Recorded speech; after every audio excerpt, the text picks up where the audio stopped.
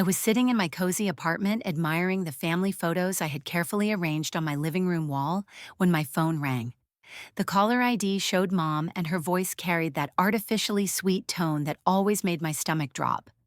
I had been living in this place for 3 wonderful years, paying my own rent, building my own life. The afternoon sunlight streamed through the windows. I had personally chosen curtains for highlighting the furniture I had saved months to afford.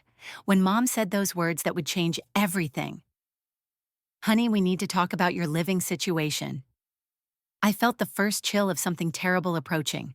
Before I continue this story, I would love to know where you are watching from. Drop your location in the comments and hit that like button if you have ever felt like the overlooked child in your family. And subscribe, because what happens next will show you exactly why family boundaries matter more than blood relations. The conversation that followed left me completely speechless. Mom explained with that same sugary voice that my 25-year-old brother Marcus needed some space to grow and develop his career. The solution, according to my parents, was simple. I would move back into my childhood bedroom at their house, but I would continue paying rent on my apartment so Marcus could move in and have the independence he desperately needed for his streaming career. "He is at a crucial stage in his life, sweetie," Mom continued, as if this arrangement made perfect sense. "You know how important it is for him to have his own space right now." I stared at my reflection in the bathroom mirror as she spoke, watching my own face transform from confusion to disbelief. This could not be real. They wanted me to financially support my brother's lifestyle while giving up my own home. The apartment where I had hosted birthday parties, cooked my first Thanksgiving dinner, and created countless memories with friends. As Mom kept talking, my mind drifted back to our childhood, and suddenly everything started making sense in the worst possible way. Marcus had always been the golden child, the one who could do no wrong. When we were kids, he got enrolled in expensive private school while I attended the overcrowded public school down the street.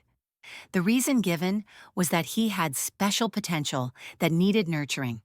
When college time came around, our parents paid his full tuition at a prestigious university while I worked 2 jobs and took out crushing student loans to afford my state school education. Even in our adult years, the pattern continued. When Marcus lost his job last year, Mom and Dad immediately opened their wallets, covering his expenses and making excuses about the tough job market. Meanwhile, when I had been struggling to make ends meet at 22, fresh out of college with no experience, I was told that independence would build character. I learned to budget, to save, to make tough choices about what I could and could not afford. Marcus was now 25 years old, still living in his childhood bedroom with no stable employment and a series of failed ventures behind him.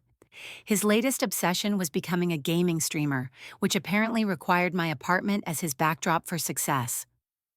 "That is absolutely ridiculous, Mom," I finally managed to say, my voice shaking with a mixture of anger and hurt.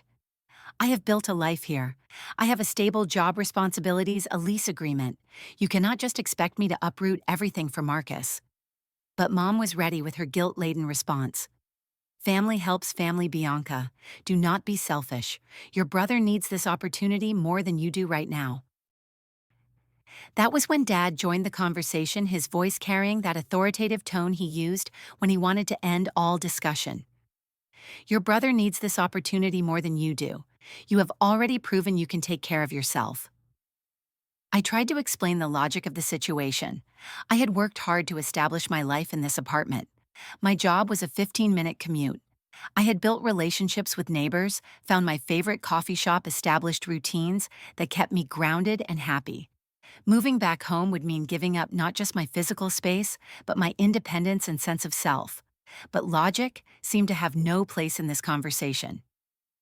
The next call came from Marcus himself, and his approach was different but equally manipulative. "Come on, sis," he said with that charming voice he used when he wanted something.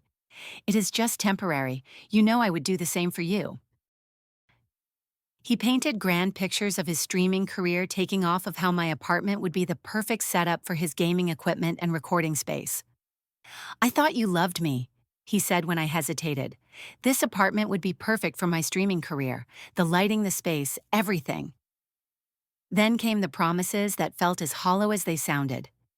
"I will pay you back once I make it big. You know I am good for it."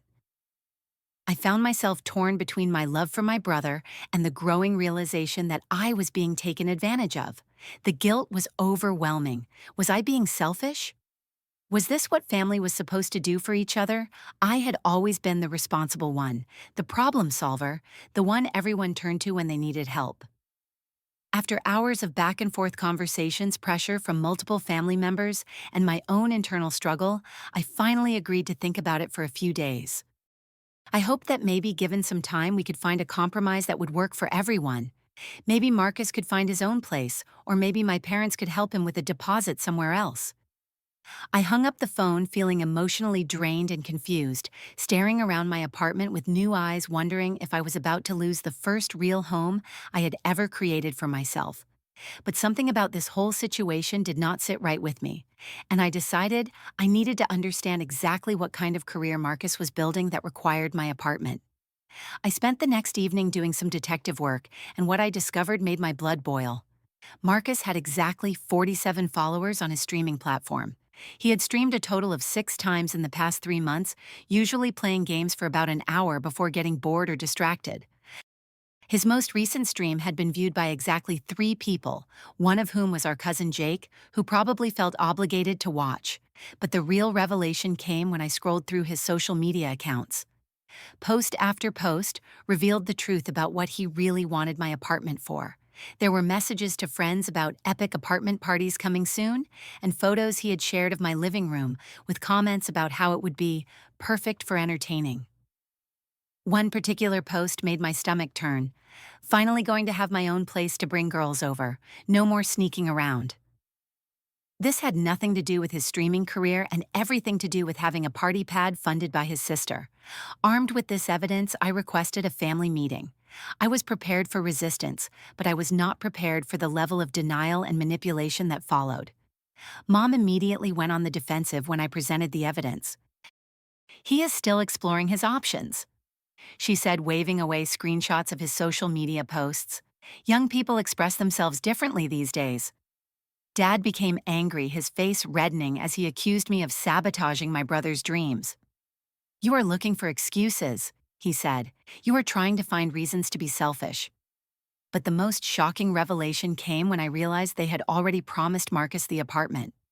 My brother had been bragging to his friends for weeks about his new place. He had already started making plans, measuring furniture, and even talking to some girl he was trying to impress about having her over to his new apartment. The ultimatum came swift and brutal. If you do not agree to this arrangement, we will have to reconsider our relationship with you. I felt like I had been punched in the stomach. My own parents were threatening to cut me off if I did not hand over my home and continue paying for it while my brother used it for parties and dates. That evening, I called my best friend Jessica, and her reaction was immediate and fierce. That is financial abuse disguised as family loyalty, she said without hesitation. They are asking you to pay for your brother to have a bachelor pad while you move back into your childhood bedroom. My colleague Sarah shared her own similar story the next day. I gave in once to something like this, she told me. My family kept asking for more and more until I had nothing left. It never stops, Bianca. They will always find another crisis, another reason why you need to sacrifice for someone else. As I talked to more people about the situation, I began to realize this was not the first time my family had exploited my sense of responsibility and love. This was a pattern that had been going on my entire life. The final straw came when Marcus showed up at my apartment unannounced, accompanied by his friend Tyler and carrying a measuring tape. Just checking to see if my gaming setup will fit, he said casually, walking into my living room like he already owned the place. They moved through my apartment, discussing how they would rearrange things, commenting on my decorations as girly stuff that would need to be replaced, and making plans to fix this place up according to Marcus's vision. When I asked what he was doing, Marcus looked genuinely confused. I thought you had agreed. Mom said you were on board. The most brazen moment came when he casually pocketed a spare key I kept in a kitchen drawer. Just taking this for convenience, he said. I will need to start moving some stuff in soon. I stood in my own home watching my brother and his friend make plans for my space and realized that my entire family had been taking my cooperation for granted for so long that they did not even think to ask for my permission anymore. They had simply assumed I would comply as I always had. 3 days later, my parents arrived at my apartment with Marcus and a moving truck full of boxes. I opened the door to find my mother holding packing supplies and my father carrying empty containers. "We knew you would come around," Mom said brightly, pushing past me into my home. "We are here to help you pack your things." Dad was more direct. "Marcus already gave notice at the gym where he was working part-time. This is happening today." I stood in my doorway watching my family march into my apartment with boxes and tape, and felt something inside me break. They had not asked for my final decision. They had not respected my request for time to think. They had simply assumed that I would comply because I always had before. Marcus was already directing his friend Tyler on where to put his gaming chair, talking excitedly about the setup he envisioned. "This corner will be perfect for the streaming background," he said, pointing to the spot where I had placed my grandmother's antique reading chair. That was the moment of clarity I needed. I realized that to my family, I was not an equal member deserving of respect and consideration. I was a resource to be managed, an ATM to be accessed when needed, a problem solver to be deployed when someone else needed help. The explosion came from somewhere deep inside me, years of suppressed frustration and hurt, pouring out in a torrent of words I had been holding back my entire life. "Get out," I said, my voice starting quiet but growing stronger. "All of you get out of my apartment right now." Mom looked shocked. "Bianca, honey, what has gotten into you?" "What has gotten into me," I repeated, feeling my voice grow steadier with each word. "I will tell you what has gotten into me. I am 27 years old, and I have been the family ATM and emotional dumping ground my entire adult life." I detailed everything: the student loans I was still paying off, while Marcus got a free ride through college, the times I had lent money that was never paid back. The emotional labor of always being the responsible one while he was allowed to drift from one failed venture to another. "I have paid my own rent for 5 years," I continued. "I have built a career, maintained my own household, and never once asked any of you for financial help. And now you want me to pay for Marcus to have a bachelor pad while I move back into my childhood bedroom?" Mom tried to deploy her usual guilt tactics. "We are so disappointed in your selfishness, Bianca. Family is supposed to come first." Marcus, meanwhile, seemed genuinely bewildered that I was refusing to comply. "I thought family came first with you," he said. "This is not like you." "You are right," I replied. "This is not like me. The old me would have already started packing, but the old me was being taken advantage of, and I am done with that version of myself." I calmly asked everyone to leave, and when they hesitated, I made it clear that I would call the police if necessary. As they gathered their boxes and left, I could hear Mom crying and Dad muttering about my ingratitude, but I felt something I had never experienced before: complete certainty that I was doing the right thing. Once they were gone, I immediately called my landlord, Mr. Thompson, and had a detailed conversation about lease terms and guest policies. I researched tenant rights online and even contacted a lawyer friend of Jessica's for a quick consultation about my legal standing. Then I took the most empowering action of my adult life. I changed the locks on my apartment. The text message I sent to the family group chat was simple: "After careful consideration, I decline your proposal. My apartment remains my home, and I will continue living here and paying my own rent as I have for the past 3 years." I blocked all of them on social media temporarily, not out of spite, but because I needed space to process what had happened, without the constant barrage of guilt and manipulation.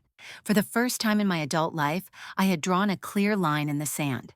I was terrified of what the consequences might be, but I was also proud of myself for finally standing up for my own needs and boundaries. The backlash was immediate and intense. My phone buzzed constantly with angry calls and text messages from parents and Marcus. The guilt trips escalated to levels I had never experienced before. "You are tearing this family apart," Dad texted. "I hope you are happy with yourself." Mom left voicemails that alternated between crying and anger. "I cannot believe my own daughter would be so selfish. What did we do wrong raising you?" Marcus went through several stages of reaction. First came disbelief, then anger, then attempted manipulation, and finally a kind of desperate pleading. "Come on, Bianca. Do not do this to me. I was counting on this." Extended family members began choosing sides. Some relatives understood my position, especially my Aunt Carol, who had always been the black sheep, for refusing to enable her own adult children. But others called me selfish, ungrateful, and accused me of abandoning family values. But something amazing happened during those first difficult weeks. I stood firm. For the first time in my life, I did not cave to the pressure.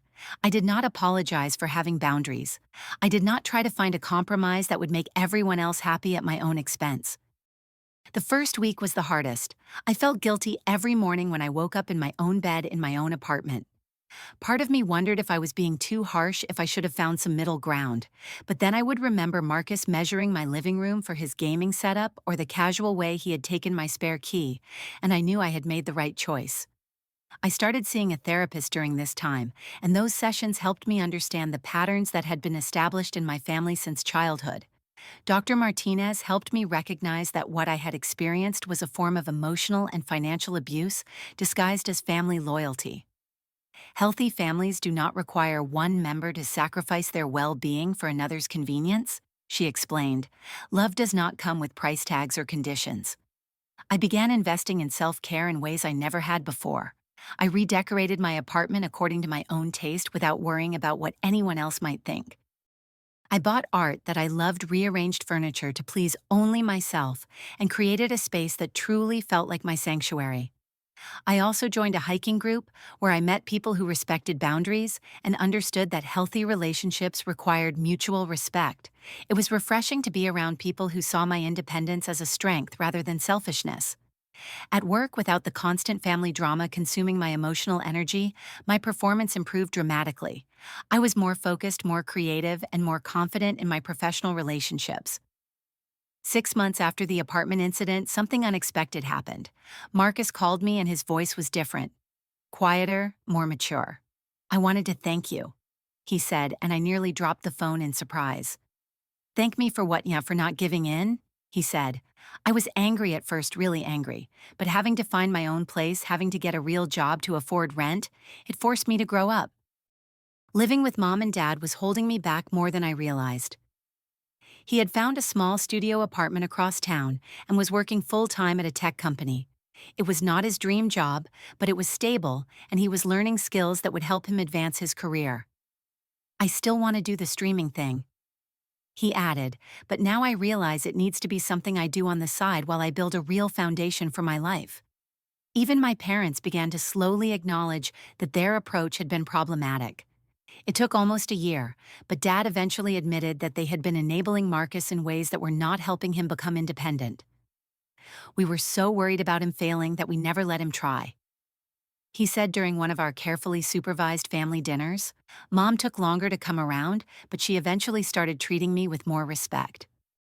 The demands for financial help stopped completely, and she began asking about my life instead of just talking about Marcus's needs. One year after I changed my locks, I got a promotion at work, started dating someone who truly valued my independence, and felt more confident in my relationships than I ever had before. My apartment remained my sanctuary, the place where I had learned to stand up for myself. Marcus was thriving in his own space, having learned to manage his finances and responsibilities. Our relationship was healthier now, built on mutual respect rather than guilt and obligation. Most importantly, I learned that standing up for yourself does not make you selfish. It makes you strong.